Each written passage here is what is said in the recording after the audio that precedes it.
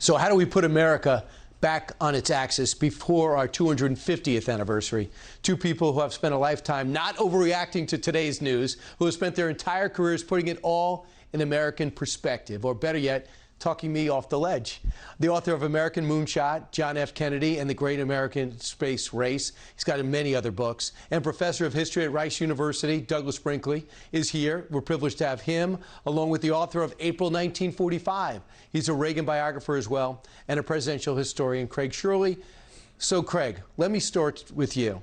Are you concerned about where we're at right now, and can you put where we're at right now in perspective with our past? Sure. Yeah, thanks, Brian. Thank you for asking me to be on. No, I'm not particularly concerned today because this nation, in fact, has very rarely been united. We've almost always been divided. We were divided at the American Revolution. We were certainly divided at the Civil War. We were divided over our entry into World War I. We were unified in our entry into World War II and after September 11th. But those are the only times in American history that we've ever been united. We're more marked by our periods of division than unity. Would you concur with that, Doug? Yeah, I do. And, you know, I look back, here we are, happy 4th of July, everybody. But that election of 1800, when we had two of the founders, John Adams, Federalist, and Thomas Jefferson, Democrat, Republican, just hammering at each other. You know, nobody even knew what a two-party system would look like in 1800. It was brutal. But we survived that, and we have a two-party system. Occasionally a third party makes a difference. And I thought it was touching that both Adams and Jefferson, both who died on July 4th, Independence Day, realized that they needed to heal. And later in life, they corresponded with each other, these beautiful letters, as you know, Brian, to show that even though they were political adversaries, they could become friends because they were American citizens, which is the highest calling of all. So, Craig, I don't have to remind you that Bush 41 and Bill Clinton ended up being really good friends. Even though it was a crushing loss of Bush 41, never got over. Bush 43 is really tight with, seems to be very tight with Mrs. Obama, and even better relations with Barack Obama. You know, Gerald Ford and Jimmy Carter were fast friends. Yes. Should we take heart from that? Opposite parties, they compete, but end up not being personal because we agree on the direction, we agree we love the country? I think, yes, they agree they love the country, but those are more personal friendships than ideological. For an example, Ronald Reagan and Gerald Ford never made up. That's true. Ronald Reagan and Jimmy Carter did make up. And got along quite well. Reagan actually went to the opening of the Carter Library down in Atlanta, and Carter said afterwards, after Reagan's speech, "Now I know why I lost to you."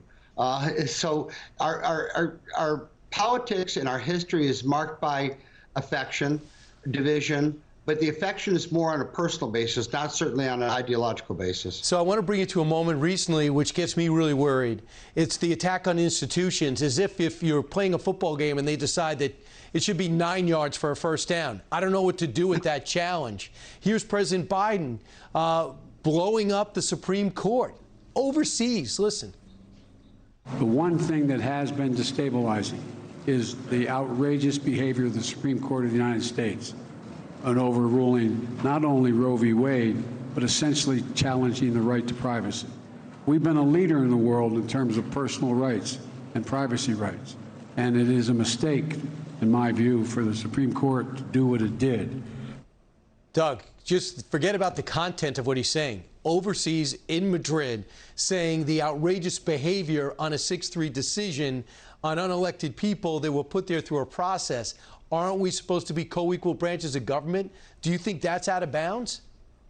I think he shouldn't have said those remarks overseas. If he's going to do it at home. But, you know, I reflect back to Franklin D. Roosevelt after he won in 1936, and in early 1937, he tried to pack the Supreme Court. We have 9 justices. He wanted to make it 15, adding 6 new, pro-New Deal voices. And FDR went for it. It wasn't just a theory or words like Biden just said. He went for it, and he got shot down. And he got shot down, FDR, largely by fellow Democrats Democrats, particularly Democrats in the South, that said that's way out of bounds. So presidents criticizing the Supreme Court is nothing new in U.S. history, and Biden is now facing difficult poll numbers and having a Supreme Court that's basically ruled against him on guns, abortion, and the environment. So, Craig, you know what worries me most is the other area of our institutions that I led with, and that's voting. You got to accept the results of the election. And I just think, yeah, you should challenge. I understand that's not new. And I hearken back, and tell me if you buy into this. Andrew Jackson, you lose a heartbreaker to John Quincy Adams. He wins the popular vote. It goes to the House, right, and there's a deal cut behind the scenes. And not only does Jackson accept it, he goes to the party after the ball left in the inauguration, and he says, you know, basically, I'm going to keep my powder dry. I'll be back. And he was. What happened to that mindset? Yeah. I think that the divisions have become, you know, we used to say that politics in small towns are so vicious because they have to fight, the division is so little. What they fight over is so little. Sometimes it's little, sometimes it's big. But those old style politics of camaraderie, I think, are pretty well done. You know, because of the new media, because of the internet, because of what people can say and what people can do. It's created divisions. And the two parties have changed over the last 50 years. There used to be liberal Republicans and conservative Democrats. So therefore, it allowed them to compromise. There aren't those anymore. The Republican Party is almost all conservative, and the Democratic Party is almost all liberal, which means they don't compromise on anything.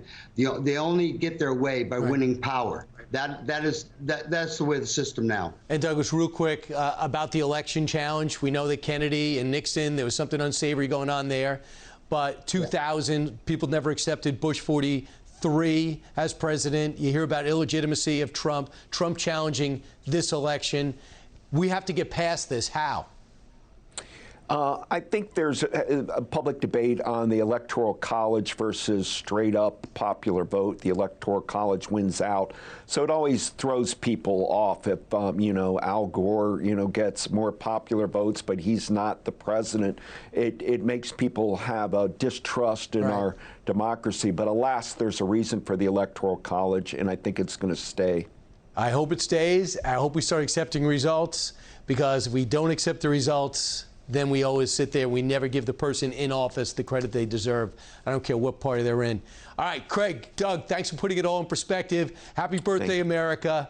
And you guys are truly assets and on America's A-team. Hey, Sean Hannity here. Hey, click here to subscribe to Fox News YouTube page and catch our hottest interviews and most compelling analysis. You will not get it anywhere else.